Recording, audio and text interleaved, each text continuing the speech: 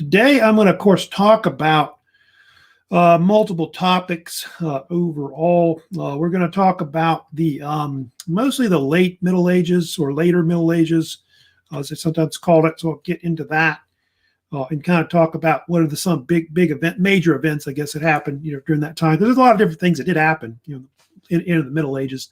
Although I'll get into which these are the topics I'll mostly talk about. I'll kind of talk about the Mongols, the Mongol Empire. I'll kind of briefly talk about the Timurid and maybe the Mughal Empire. It kind of comes afterwards, that are kind of in the same region as well. Kind of mention them a little bit. Also, the Black Death, which, of course, is a very famous event in the late Middle Ages that happened, the outbreak of this bubonic plague that you may have heard about before. I'll talk about that. 100 Years' War, I usually talk a little bit about that, which deals with England and France fighting in the Middle Ages. Probably the most famous war that happened in the Middle Ages, which had the most deaths. And then the Renaissance, of course, one of the major events that kind of comes in at the end. It's like the catalyst that leads into, of course, modern times. So those are kind of all the different topics, of course, that I'll be kind of talking about pretty much today. So, yeah, let me go ahead. And, of course, we're going to first talk about today, of course, the rise of the Mongols is one of our major topics. I'll kind of start with first.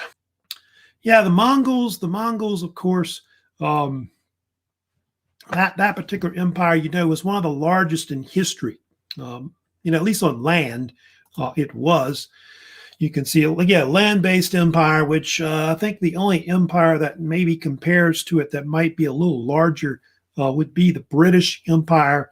You can see that this empire at one point stretched from the Pacific Ocean, like where Eastern Asia is, and it went all the way to parts of Eastern Europe, I think reaching maybe at one point, maybe Poland, I think.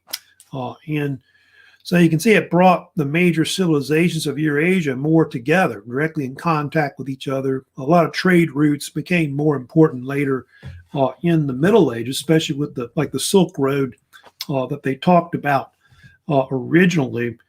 And so, yeah, this vast empire started really in the 3rd century. That's about when it was, like early 1200s is about when they think Genghis Khan kind of, I think 1206, I think they say is the year maybe when he combined all the different tribal groups of the Mongols, because the Mongols have been around. I think they previously attacked China before, from a long time ago. So that's something that they, of course, were. Of course, the Mongols were these Asiatic peoples that came out of Mongolia, the modern Mongolia, the country now that's near now, like above China, like kind of between, China, the so-called Gobi Desert that's above it. And they were kind of like the Huns. Remember we talked about the Huns before, how the Huns were like these types of people that fought on horseback, which in fact they say Mongols were practically almost bred or born in like on horseback and all that. And they were primarily known for using like the Huns, composite bow swords. It's possible that they were kind of somewhat related to them and all that.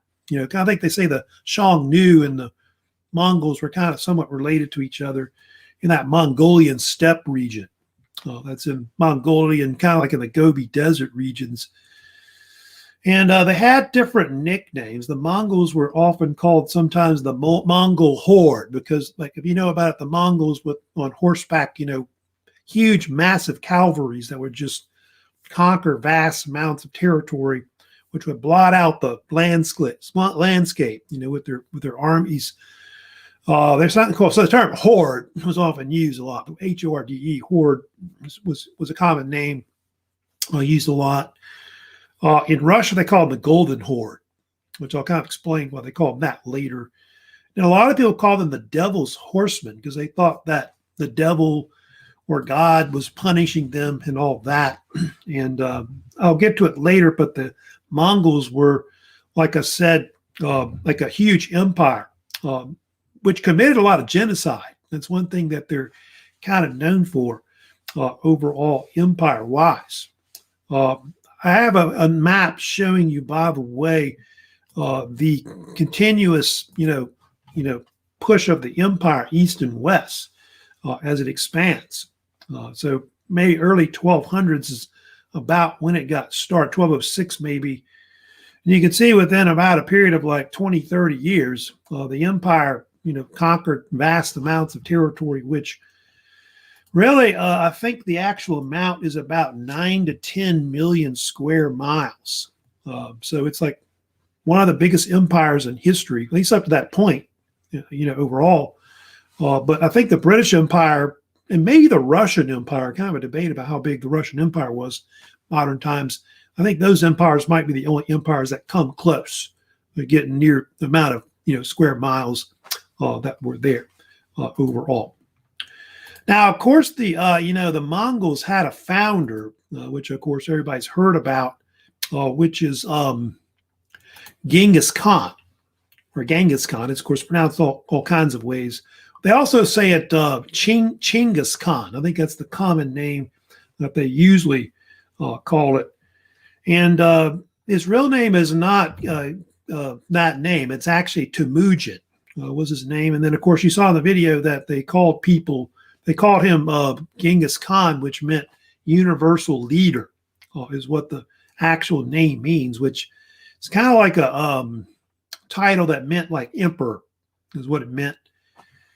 And he would conquer a majority after he united the tribes. They broke out of Mongolia, like they invaded China, basically breaking through the Great Wall of China, and then taking over China. And then from there, they pushed westward and eventually conquered a good bit of Eurasia over like something like most of his lifetime and after. Hey, Christopher, what's going on, Chris? What's up? Hope you're having a good morning. Overall. Here's the actual territories that they think they conquered at one point. At least under him, I know they conquered like China, Korea, Russia, Turkey, up to Eastern Europe, like Poland, Ukraine, I think were also conquered by him at one point. Parts of the Middle East, like Iraq, Iran. I think they also think that the Mongols pushed into part of India as well. So they're basically from like the Black Sea, Mediterranean Sea region, all the way to the Pacific Ocean. Such a massive empire. The Mongols are infamous for committing genocide. They think as their empire pushed, from east to west, it killed a lot of people. I think they say that the Mongols may have killed more people in history than any other people. I think they say, I've seen some that they said that maybe it was like almost like 40 million people may have been wiped out. They would actually conquer whole areas and just kill off a lot of the civilian populations. Like they say China, like half of the population, China was wiped out. Same thing in Russia as they went through. They also, I think they say the Mongols, as they spread east to west, they brought the bubonic plague with them too as well. That helped to kill a lot of people as well. And sometimes they would even take bodies that had bubonic plague and they would basically catapult them into like cities to basically kill them. It's a form of germ warfare. So they were kind of the first to do that. Hear about it. Now, what happened after Genghis Khan, now after his death, the empire broke up. Like his relatives, like sons and grandsons, broke up the empire. They formed these so-called khanates, which there were actually four. There were four khanates that actually ruled. They say that Genghis Khan had so many children, by the way, in Mongolia, that a good percentage of the population is still related back to him. I don't forget how many it is, but it's like a single digits, I know, 5% or whatever, might be related back to him. I don't know if it's that much, but they say anyway. But here's, by the way, kind of a picture of the actual different khanates or Mongol states that are kind of formed after, of course, Genghis Khan died. You can see the vast amount of territory that they reached at one point, which is right there. Yeah, I'll put them on the screen for you if you want. The Yuan dynasty, I guess, I think is what they call it, or Yuan state, Khanate, was that Mongolian state that ruled China, Imperial China, right there. The Golden Horde Khanate, of course, ruled over Russia. They also had the Chagatai Khanate, which kind of ruled over an area which would be, I guess today, I guess it's different names for it, but like the area where Turkestan is, I guess, which is kind of like above Afghanistan. It's kind of in Central Asia, where it's at. They also had the Ilkhanate, which was in Persia. You have all these different states that kind of broken up over time. And as the Mongols pushed from east to west, as they went through like Turkestan, if you know that and all that, they hired all these Turkish people as mercenaries. So the Mongols and the Turks kind of became they kind of basically merged together as like one people. So a lot of people like Turkish, kind of almost like part Mongolian or something like that. They've become these Turco-Mongolian people, I think is the term they use, especially around Persia. And so they helped to control a lot of the vast trade routes, pretty much from China all the way to the Mediterranean Sea. You can see the route of the actual Silk Roads that start in China, and they go eastward, like through Tibet, through part of Turkestan, Persia, all the way to basically close to Europe. So that's going to help to open up trade later, like at the time of Marco Polo in the 13th century. They start trading with, of course, Mongol China at that time. That's part of why I guess the West is kind of heavily influenced by a lot of things in the East, like silk and gunpowder, compass, and other kinds of technology, printing and so on, that we have, of course, later. So yeah, now they're often called, the Turkish people are often called Tatars. I think was a common term, especially in Russia. That was a term that they also used as well. The most famous one was the Yuan dynasty, which was founded by Kublai Khan, who was a grandson of Genghis Khan, because the Mongols, invaded China. They took it over. They ruled for over 100 years, and they ruled till 1368. And the Yuan dynasty was the one that founded Beijing as the capital of China. That's where we have the so-called Forbidden City that they have later. It's a palace there where the emperors ruled from. And it's also what brought on, I guess, the Chinese to build that more, brick stone walls of the, Great Wall built by the Ming later, try to keep the Mongols out and all that. So yeah, that was basically that. And the guy that founded, they had also the so-called Golden Horde Khanate, which was in Russia. That was founded by Batu Khan, another grandson. And their vast territory ruled over Russia in the Ukraine. They were kind of like a vassal state to the Mongols and the Tatars.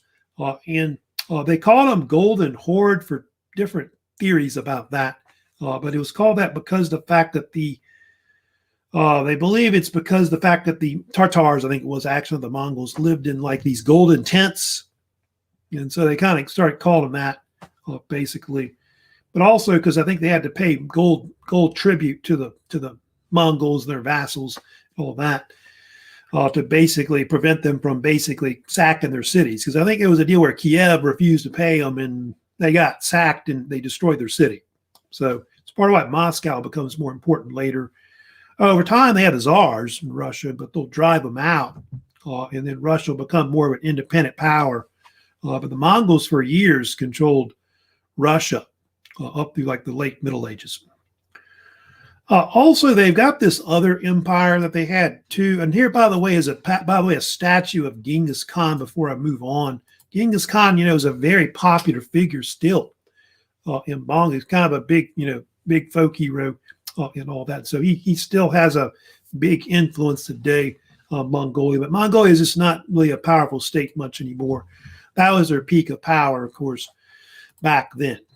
They also had this other empire that formed, by the way, which was called the Timurid Empire. It's called all kinds of names. Some people call it the Empire of Tamerlane as well, which formed out of the Ilkhanate state that was in like around Persia, from basically Iraq, and it went all the way to basically the Indus River basin. So Iraq, Iran, Afghanistan, and it was founded by this guy named Timur, who was a Turco-Mongolian ruler that lived.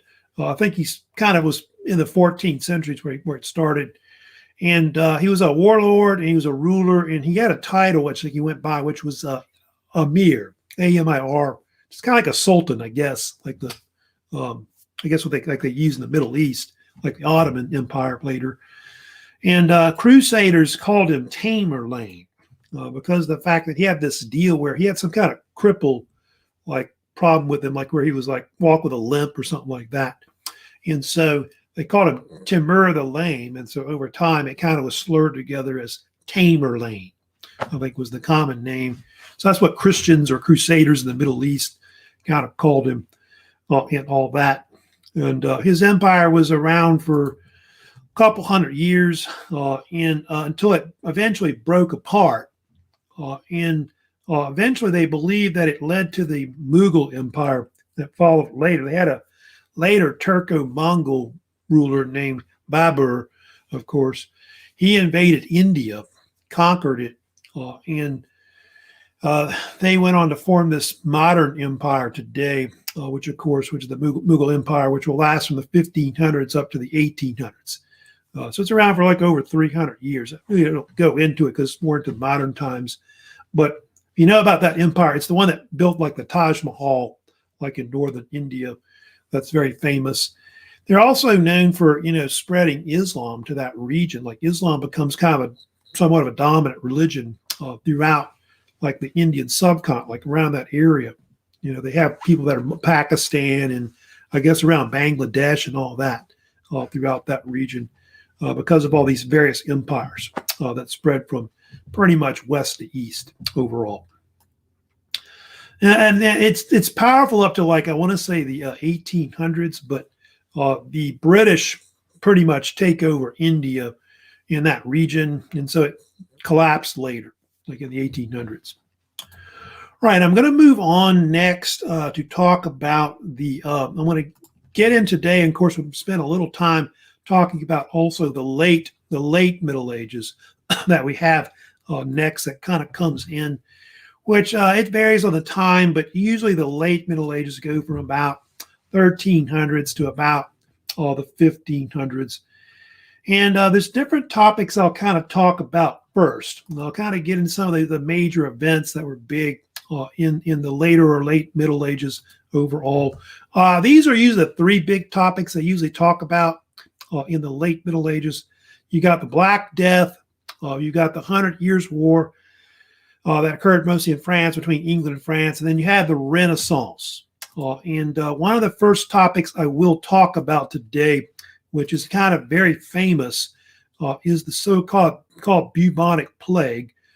First, I'm going to probably show you a video first on it to give you some background on the bubonic plague. So let me go ahead and do that, of course, first. Plague is notorious for causing mass sickness and devastation. But as much tragedy as the disease has caused, it also helped drive crucial scientific and social progress. Plague is an infectious disease caused by the bacterium Yersinia pestis. It mainly affects rodents and spreads by way of insects. Because of these insect carriers, plague has been passed on to humans with devastating consequences. 3 major plague pandemics have occurred in human history. And while they occurred centuries apart, they shared similar traits that paved the way for the spread of disease. One cause of plague pandemics was the rise of international trade. Trade routes connected once isolated communities and created large economic networks. But by facilitating the movement of goods between communities, trade routes also facilitated the movement of germs. International trade was an impetus for the first plague pandemic on record, the Plague of Justinian. In the 6th century, outbreaks began in Egypt, and thanks to land and sea trade routes, they spread throughout the Byzantine Empire. Named after the emperor at the time, the Plague of Justinian is estimated to have wiped out about half of Europe's population.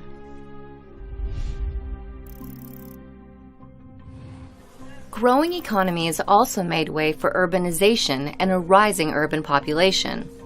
This resulted in crowded neighborhoods and the accumulation of waste, which created unsanitary living conditions. Cities and their residents essentially became incubators for germs and diseases. This was particularly evident in the second and most infamous plague pandemic. In the 14th century, Europe was experiencing an economic and population boom, especially in cities. Proper waste management did not exist at the time, making cities vulnerable to disease. After trade routes brought plague from Asia, where it killed millions in China and the Middle East, the disease wiped out about a third of Europe's population, earning itself the moniker, the Black Death.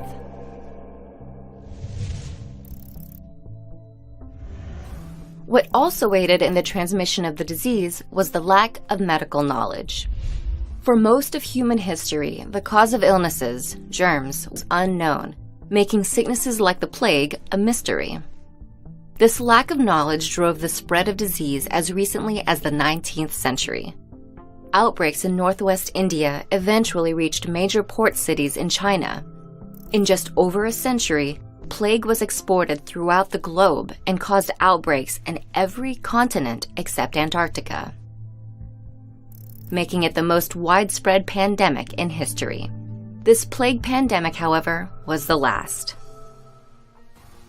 In 1894, scientists discovered the bacteria behind the plague outbreaks. Their discovery helped further developments in microbiology, medicine, urban planning, and sanitation methods, which led to the treatment and prevention of the disease.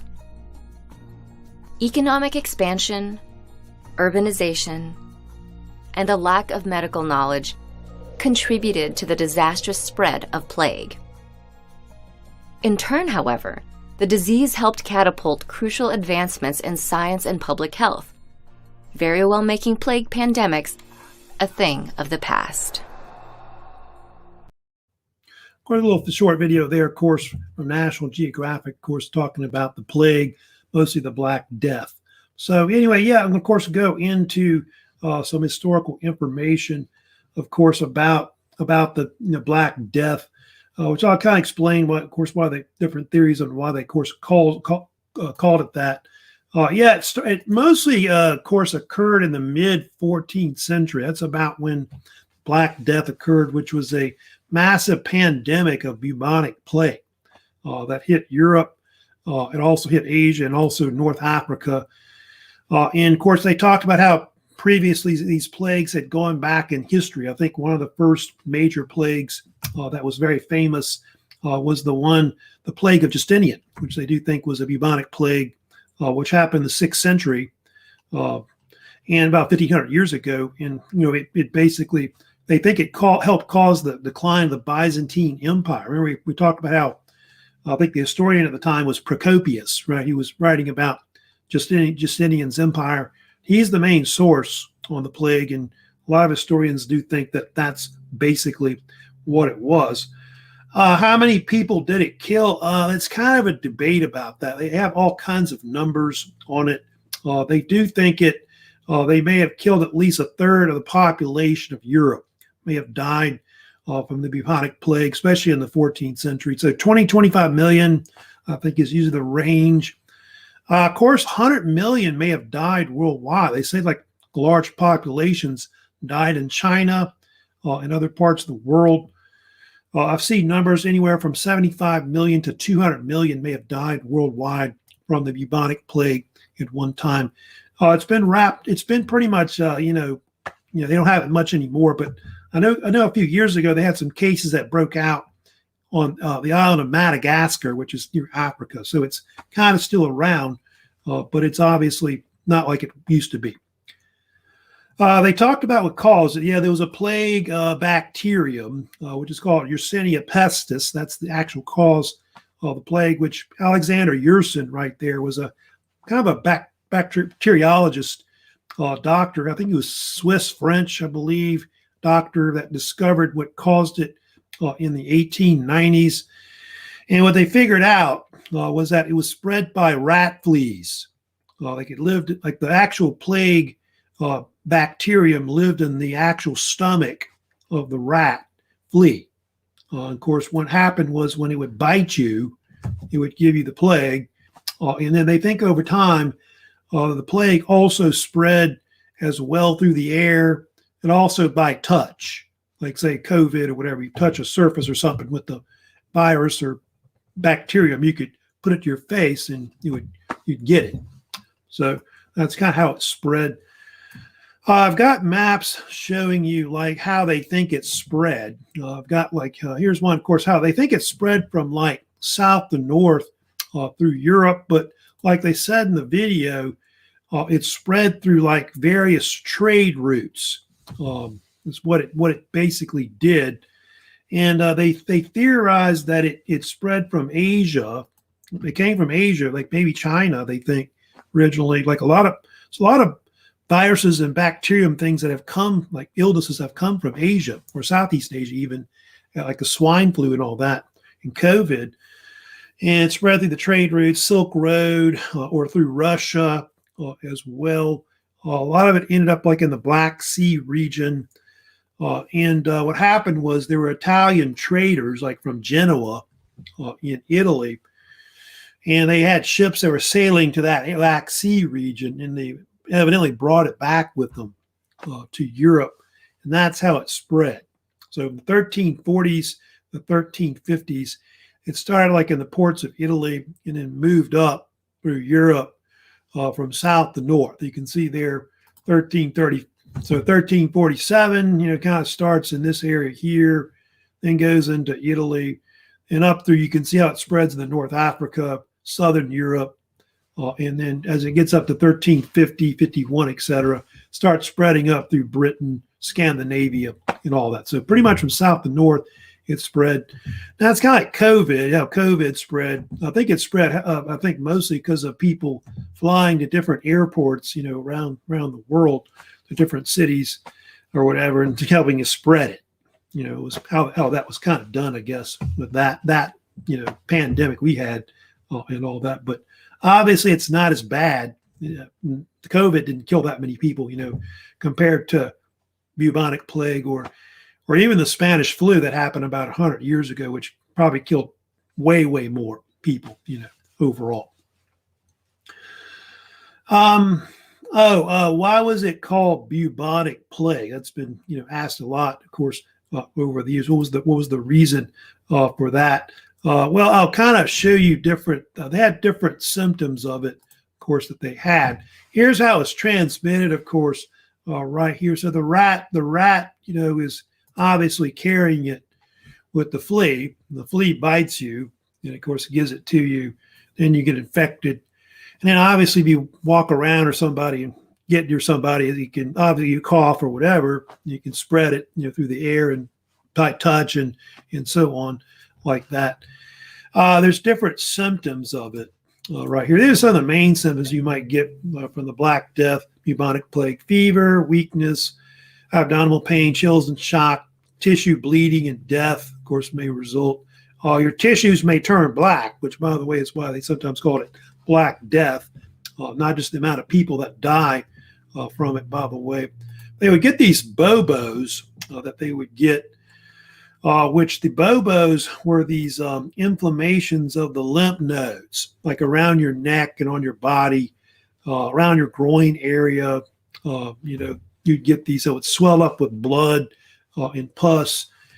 And some people thought that if you cut them off or something, or bleed them, or release fluid from it, that would help the illness or whatever. But I don't think that worked, more or less. That's where that came from. That's also where the term bobo comes from. I don't know if you still use that term, but back in the day, we would get like a scab or something. We'd say, "Oh, I got a bobo on me," and so that's where that comes from originally. So, but yeah, the term Black Death, they think, did not originate till the 16th century, like 1500s, about when they think they start using that term, like in early modern times, because of the amount of people that died from it, and also the fact that your flesh would basically turn black and die, is what would happen. So that's part of why they called it Black Death or Black Plague, the reason behind it. But medieval people have their own names that they called the plague. Some people called it the Great Pestilence, the Great Plague, and of course, obviously, the Great Death. So that's another name because of the amount of people. I think the Catholic Church at one point estimated that 23 million people may have died of the plague in Europe, and it wiped out a lot of the like the priesthood. You know about that in Europe, and it also, I think, led to the end of feudalism because they had to start paying people wages and stuff because there just weren't enough people and so on. They do think it helped to kind of strengthen the actual population of Europe, like genetically, because I guess all the strong survived, from that. And I think some people think that's what they should have COVID, just let it run its course, and it would have been done. I guess herd immunity, I think is the term they use. I guess this is kind of what happened, herd immunity, and then everybody basically after that was more stronger as a population. That's part of why Europe kind of exploded population-wise later. There were other plagues too, like they had like the Great Plague of London they had, which happened in the 1660s, which was famous. I think 100,000 people died from that bubonic plague outbreak. It's also where they get that whole saying from, the whole, I guess that nursery rhyme you may have heard of called Ring Around the Rosie. Probably heard about that. Ring around the rosy, pocket full of posies, ash to ashes, we all fall down. And it was a nursery rhyme about the plague. That's what it is. So anyway, also Napoleon's troops, when they invaded Egypt, they got the plague too. They were riddled with it. It happened close to 1800. So it's around up to that time. The plague's around up to like the 19th century a lot, more or less. Medieval people, by the way, had their own theories on what caused the plague. They thought it was caused by bad air they smelled. They called it miasma that the earth might release. They thought that the God in heaven was causing it, or the devil was punishing people for their sins. They also thought that witches were behind, like witchcraft, like especially women who often could be witches might be behind it. They also thought the Jews were behind it, like in Europe, that they had poisoned all the wells that had caused people to die. So a lot of Jews were persecuted as well in Europe. And then some of the more scholastic kind of people, like in universities and so on, thought it was caused by some kind of astrology where the planets lined up in a certain conjunction, and that's what caused the plague as well. But I think miasma was the closest thing they got to, which is germ theory, about it. So that was the bubonic plague, pretty devastating event that happened in the Middle Ages.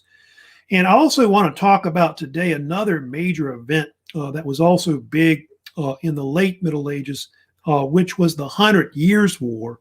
I want to get into that as well, which lasted from the 14th to the 15th century. Yeah, the other devastating event that happened was the 100 Years' War. This was a major conflict that was fought between England and France for close to around 116 years, like off and on. These two medieval powers, which were really the two strongest powers that were in Europe at the time. And it was caused by a rivalry between these two dynasties they had in Europe, which were called the Plantagenets, which were in England, and the Valois dynasty that was in France. The Valois, by the way, was a branch of the Capetian dynasty that went back to the early Middle Ages. So these two powers were kind of rivaling against each other. Plantagenet was also called Angevin sometimes because they had lands in France around what is called Anjou, which is in the western part of France, because the English controlled part of England and France at the time, which was kind of an issue. The Plantagenet dynasty, by the way, was considered one of the most famous dynasties in Europe. They had like kings like Henry II, you may have heard of, and he had two sons that were well known. He had Richard I, who I talked about, who fought in Crusades, the Third Crusade against Saladin. And they had also his son, King John, the one that signed the famous Magna Carta in 1215 in England, which, later is the basis of a lot of British, constitutional law originally. And why did the 100 Years' War break out? Well, it was a dynastic struggle where France wanted to basically be conquered by England. England wanted to conquer it take it all over and control it because this king named Edward III had dynastic claims to the throne of France. He was a nephew of the King of France at the time, whose, by the way, his name was Charles IV, who was known as the Fair. And he evidently died with no children that could get the throne. And so the so-called Capetian dynasty ended in 1328. And so that's why the Valois dynasty came in, which was founded by Philip VI of Valois, who was a cousin. And they're in power till 1589, until the Bourbon dynasty takes over in France. So they're around for over 200 years as well. The Valois are kind of up to, I think they're in power up to around the time of the French Wars of Religion. They break out in the 1500s during the Reformation. And so what happened was Edward decided to invade France and try to conquer it. And so that's what caused the whole 100 Years' War to break out. And it would be a multi-generational, war that would last for, like I said, over 100-something years that they would be fighting pretty much. Now, one thing that's very famous about the so-called 100 Years' War, it goes through at different stages. Like initially in the beginning of the war, if you know about it, the English are very successful. They win most of the battles. A lot of it had to do with new kinds of technology that was basically coming about in the Middle Ages. And there was a battle that was very famous in the 100 Years' War. It might have been one of the most famous battles they had besides the Siege of Orleans, which was the Battle of Crécy, 1346. And anyway, in that battle, the English introduced a new weapon, which was called the longbow, which was made from the yew tree. And it was a type of new weaponry, by the way, which you could see could fire up to like 200 yards. It could pierce armor, like with knights. And you can see it was like the machine gun of the Middle Ages, firing about 12 to 15 arrows per minute.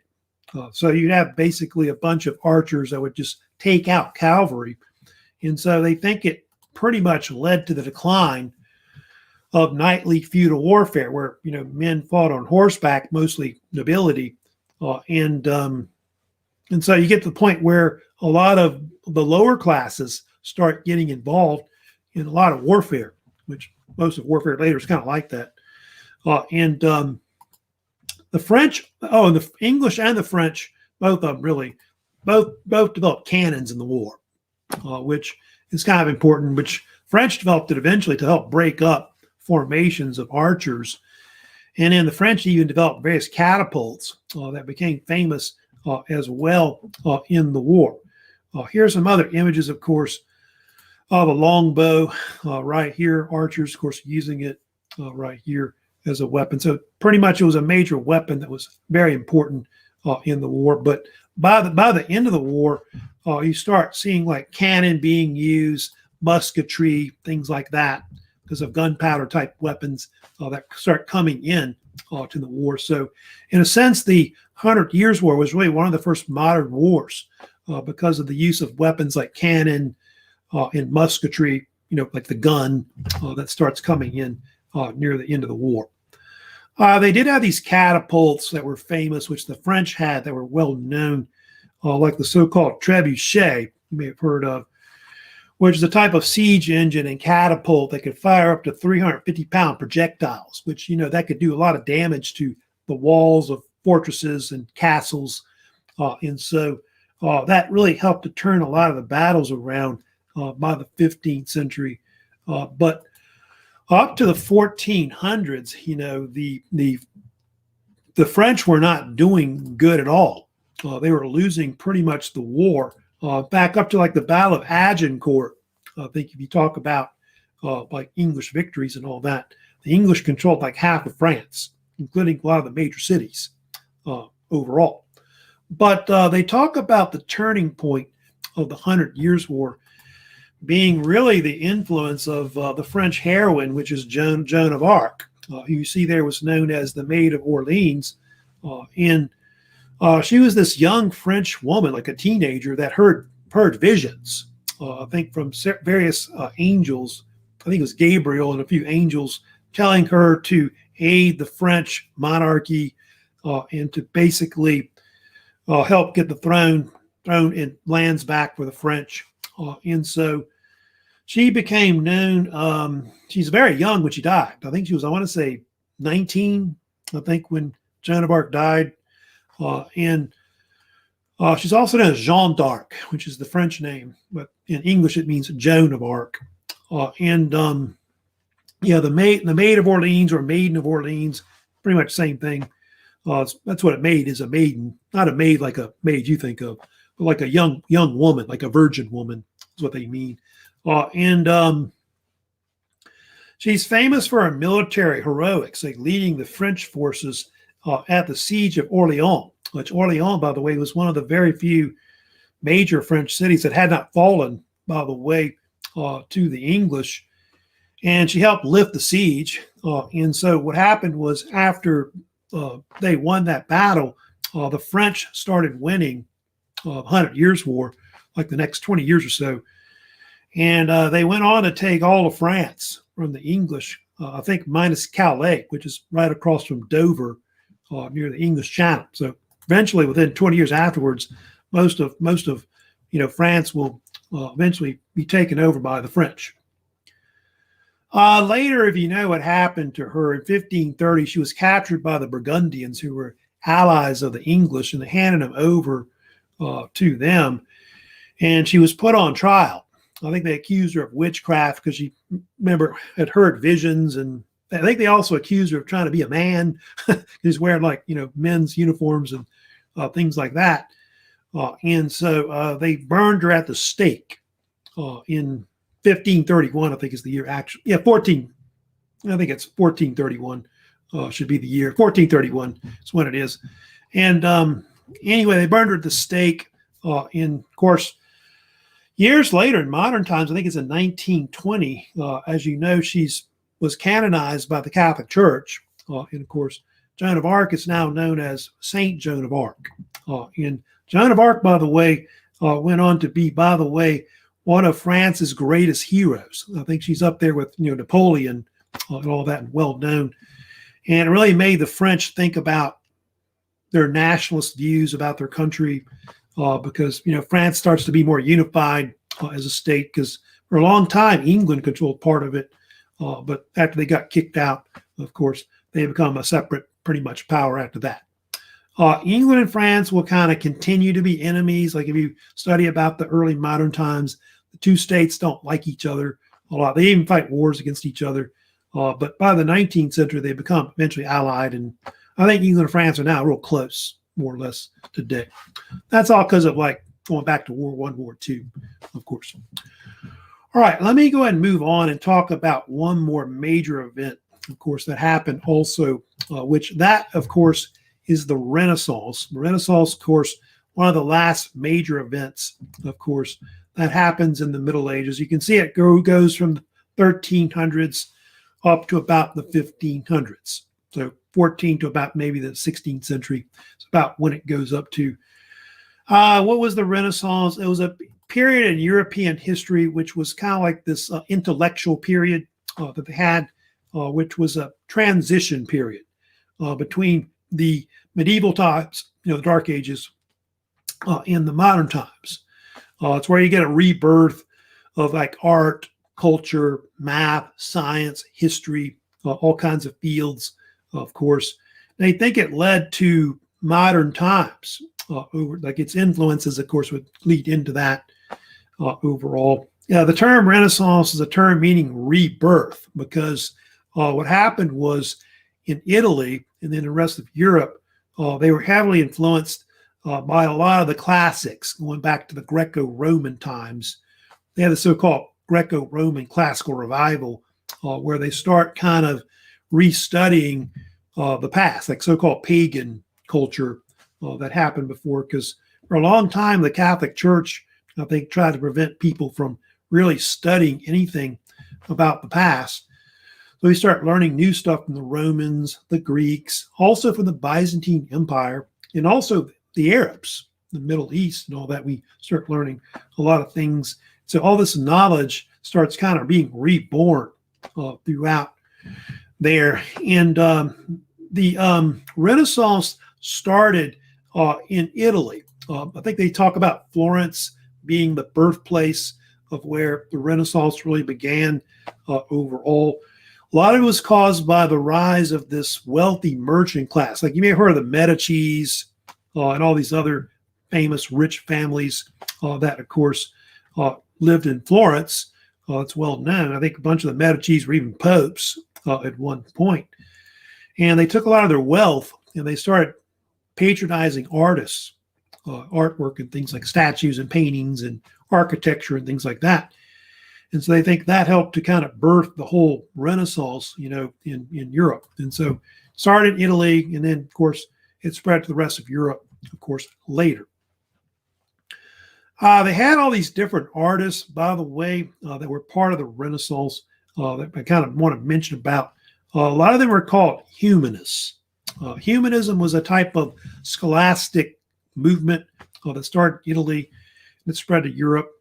And these were like secular type artists, secular type writers and so on, that began to concentrate their writings more on earthly things, like about human nature, about individualism, and so on. And some of it was like less about religion, because I think before just about everything that was written seemed to be about religious things because of the Catholic Church's influences. But that started to wane during the Renaissance.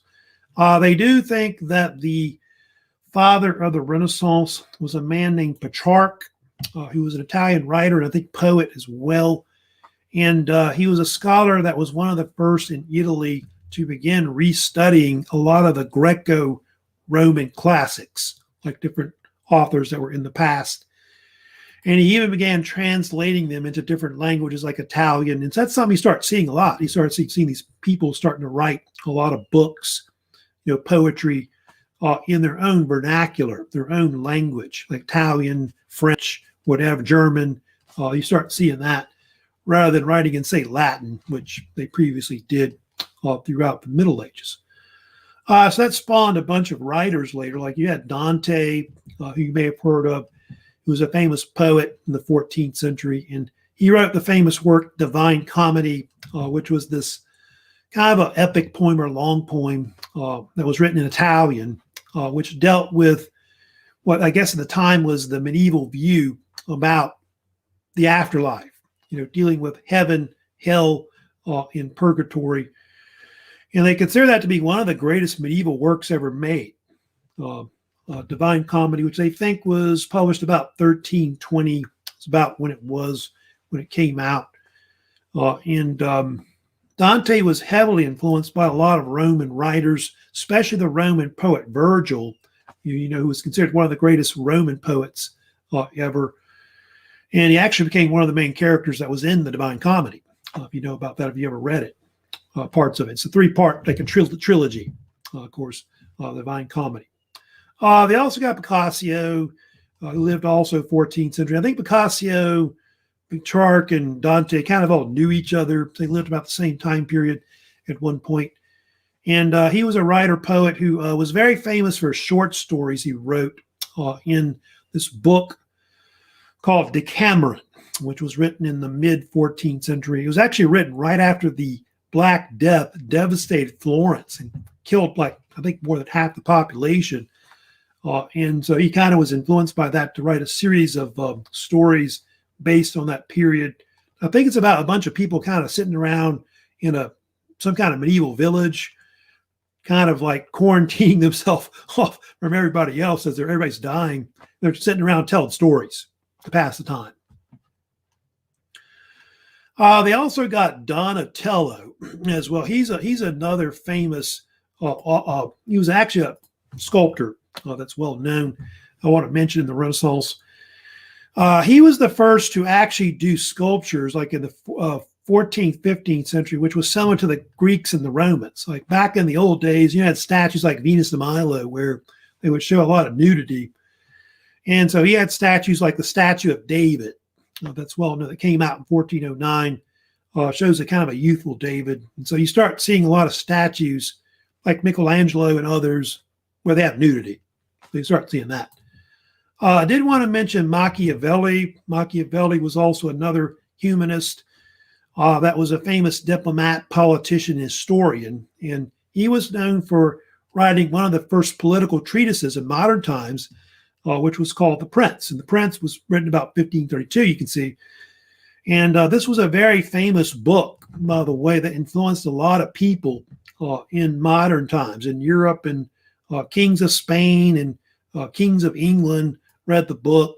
Like Henry VIII, I think, read it. I think Emperor Charles, I thought, read it. He was the emperor of Holy Roman Empire and king of Spain. I think he read the book.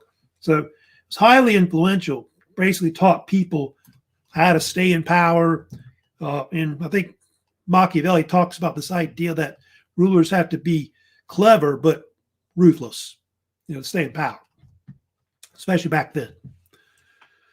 They also got the High Renaissance, of course, which, comes in later. The High Renaissance was the peak period of the Renaissance, when the Renaissance, reached its best in artwork, especially in Italy. Pretty much the Renaissance peaks in Italy about that time.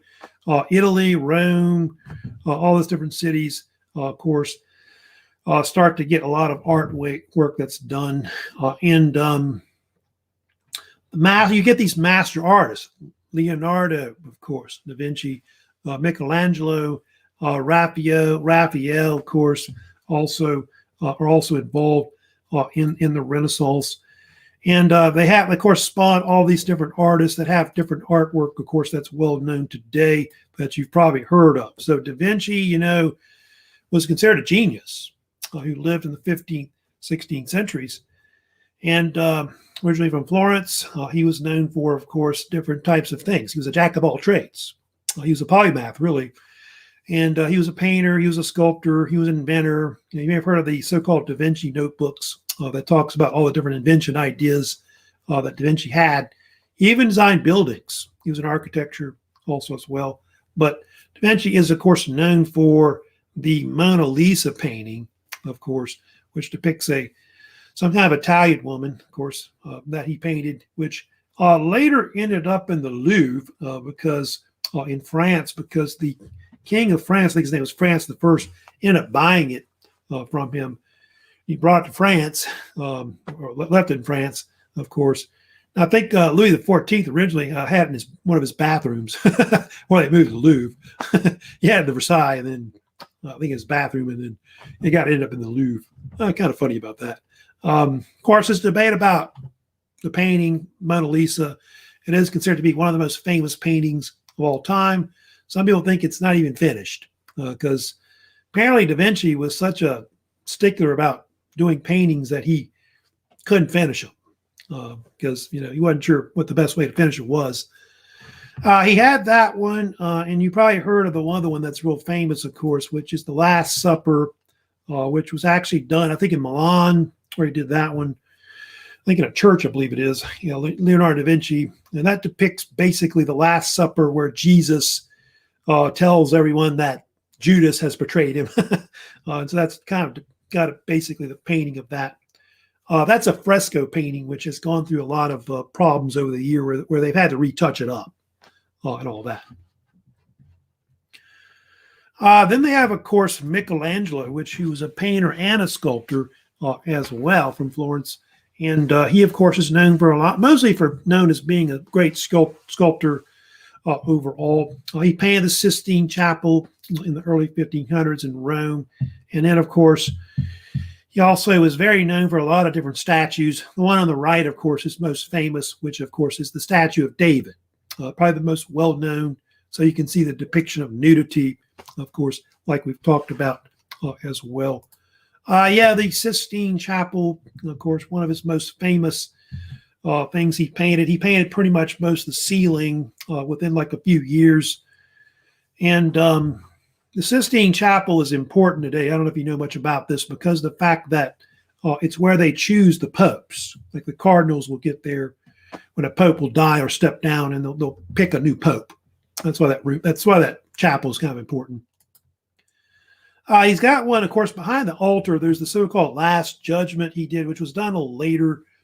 And this one was kind of controversial because later on, when the so-called Catholic Reformation or Counter-Reformation occurred in the 1500s, they made Michelangelo go back and cover up some of the nudity that was there because the church was kind of getting more conservative.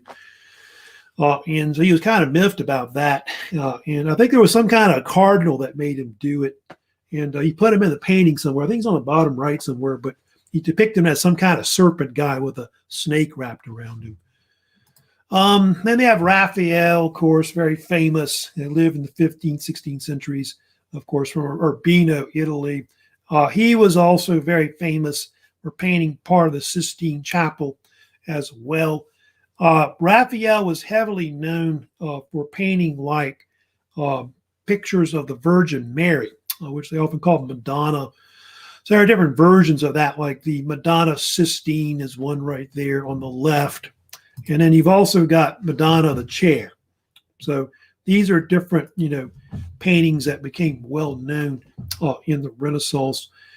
And that's the peak of the Renaissance. But the Renaissance did not stop there.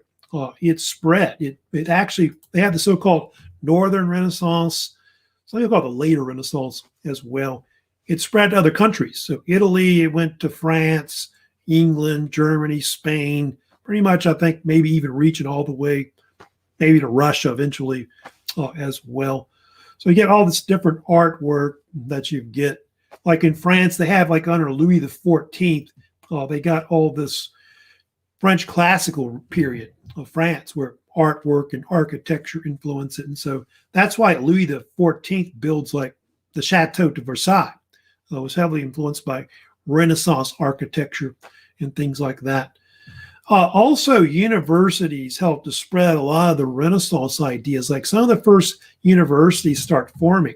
University of Paris, about 1200 in France. Cambridge, 1231. Oxford, 1248, of course, in England. So you get that kind of thing. Germany, start getting universities that start forming because of the Renaissance. You had Erasmus, may have heard of in Germany, who was big. The time of Geoffrey Chaucer in England, or even Shakespeare up to like early 1600s is still kind of considered almost kind of an extension of the Renaissance at that time. The printing press is another thing too. Don't forget, printing press was a big thing that helped to spread a lot of new knowledge about the world because of Johann Gutenberg invented the printing press from really Chinese influences from the East. And it helps to, the movable type printing press helps to spread different ideas. That actually influences a lot of things later, like world exploration, like men like Columbus were influenced, by that. Martin Luther, his ideas are spread by the printing press, which will later lead into the Protestant Reformation. That'll be later. So all these are different things that are kind of going into like the early modern times. In Renaissance, spawned a lot of new technologies, new kinds of ship making, like the caravel. Map making became more popular, which enabled, ships to go long distances and so on. So that'll be something we'll kind of, course, talk about later. Of course, my History 1123 class, we kind of go more into that, the modern history of the world in general afterwards. If you want to take that class, of course, later as well. So anyway, that pretty much wraps up, the major, I guess, events, of course, of the Middle Ages that happened. Of course, there's a lot of other things that happened in the Middle Ages. We didn't really have time to really get into it, but you have all these major powers like England, France, Germany, that are having all kinds of different historical events that are going on simultaneously.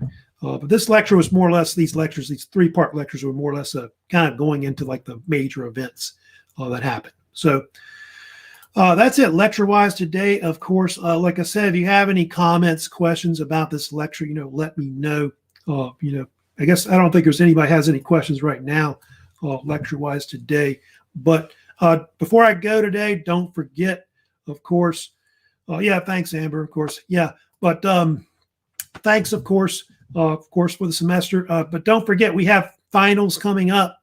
Those of you that have to take the finals, remember, of course, we do have, of course, assignments that are still out there. So don't forget about, you got the quiz 7, of course, on the Roman Empire that's still out. That's due Friday. Vocab, final vocab due Monday also as well.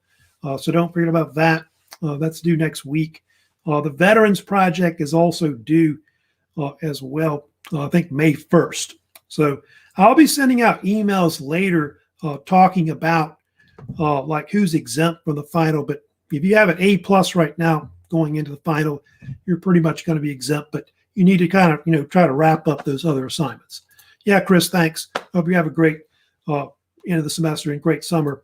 Y'all have a good summer, by the way, coming up. I guess we got a sort of kind of a long break coming up. But if you have any questions about anything else about the class, comments, whatever, you can also email me, of course, at my current email address, of course, I've got for you more or less. So that's it for the semester. I'll try to have a review up. Those that do have like the final coming up. I'll probably have a recording maybe on that, which will kind of go over some of the major study guide questions that I've got, mostly on the Middle Ages. I'll probably do that, and that probably will be it. So y'all take care. Have a great rest of the week, and hopefully y'all have a great summer, of course, coming up. Hopefully this pandemic kind of goes away, I guess, also as well. So y'all take care and have a great rest of the year.